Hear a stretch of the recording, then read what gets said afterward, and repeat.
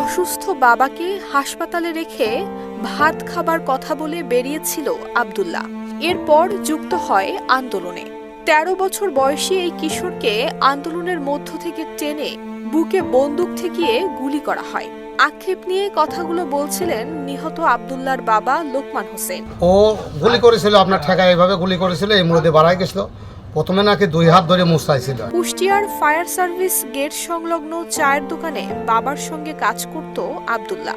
বাবা লোকমান হোসেন জানান, আর এইটা ওইটা না, কাপড় ধোয়ার একটাই সলিউশন, চাকা অল ইন ওয়ান।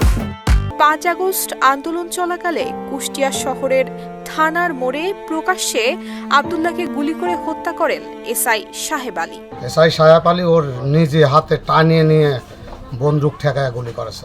সাহেব আলী যে মারেছে এটা হাজার হাজার লোক দেখছে এবং অনেকেই সাক্ষীও দিয়েছে এ বিষয়ে। এই পুলিশ কর্মকর্তার বিরুদ্ধে অভিযোগ তুলে তিনি আরো বলেন, সাহেব আলী আন্দোলনকারীদের উপর নিজে গুলি চালিয়েছে, আন্দোলনে অংশগ্রহণকারীদের বাড়িতে গিয়ে গুলি চালিয়েছে, নারী পুরুষদেরকে মারধর করেছে। নিহত আব্দুল্লাহর বোন রিনা খাতুন বলেন, সাহেব আলী দারোগা ডেকে প্রথমে হাত দুটো মুচড়ায় ভাঙার পরে গুলি মারে, এই পাশের দিয়ে গুলি মার করে ওই হাত দিয়ে বাই করে ফেলছে সাহেব আলী দারোগা। থানায় ওই জায়গা পড়ে রয়েছে, পরে সদরে যখন নেয় তখন হচ্ছে শোনা যায় মৃত্যু। আব্দুল্লাহ হত্যার ঘটনায় ২০২৪ সালের ১৫ই আগস্ট রাতে কুষ্টিয়া মডেল থানায় একটি মামলা হয়। আওয়ামী লীগ, যুবলীগ, ছাত্রলীগ, স্বেচ্ছাসেবক লীগ নেতাকর্মী এবং জনপ্রতিনিধি সহ মোট ১৪ জনের নাম উল্লেখ করা হয়। অজ্ঞাত আসামি করা হয় আরও ১০ থেকে ২০ জনকে।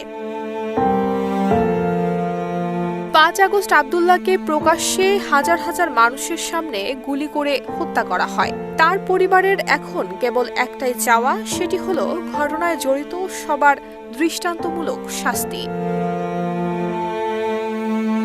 নুসরাত জাহান মেহেক, ঢাকা পোস্ট।